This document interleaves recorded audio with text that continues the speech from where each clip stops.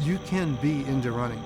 You can be out for the running, but when the running is in you, and I didn't have to do a lot with these guys. They'll honor me, of course, and say that Coach led the way, but they did a lot of leading. They ran to live. They lived to run.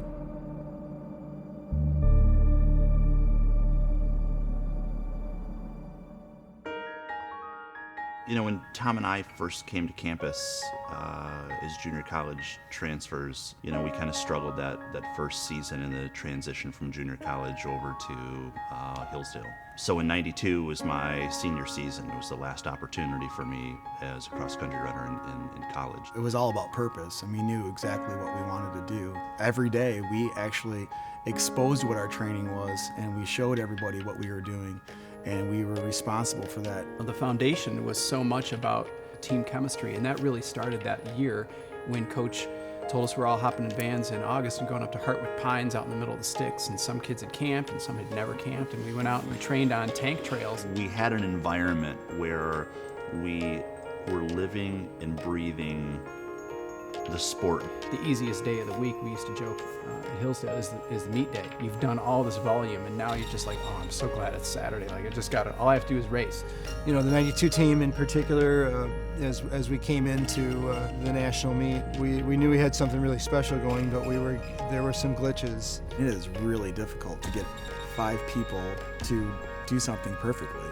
I mean, there can always be, Ben was sick, we're coming into a race, and there's not much else you can do besides mess up. And so here we were, these scrawny little kids from mainly Michigan and in the Midwest, and we're competing against a team of Kenyans. Yeah, it was a tough mudder, not just wet course, but muddy, swamp-like, above ankle deep, and there were athletes that went down in that race. There were a lot of athletes that went down in that race.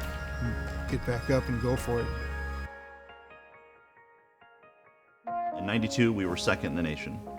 In 1993, the team was third, and in 1994, they once again were second in the nation. For me, as far as coach goes, I think there was just so much love. I think one, he wanted to create an environment of success long term. He's developed quite a dynasty here in his time, but I think he also wanted to develop young men. I never thought about the school's motto all that much, you know, Virtus Tentamine Gaudae, but when I look back now as we're older in the march that we took, the idea that strength rejoices in the challenge, we all cared deeply about that.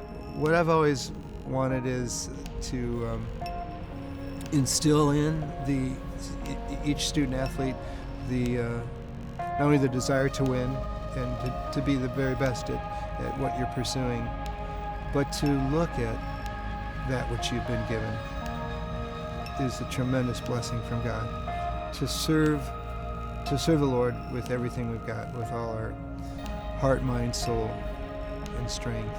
It was never really about me and the glory, it was just about the team, and we weren't supposed to do that.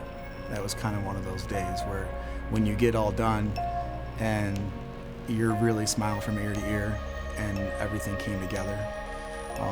It was a great day.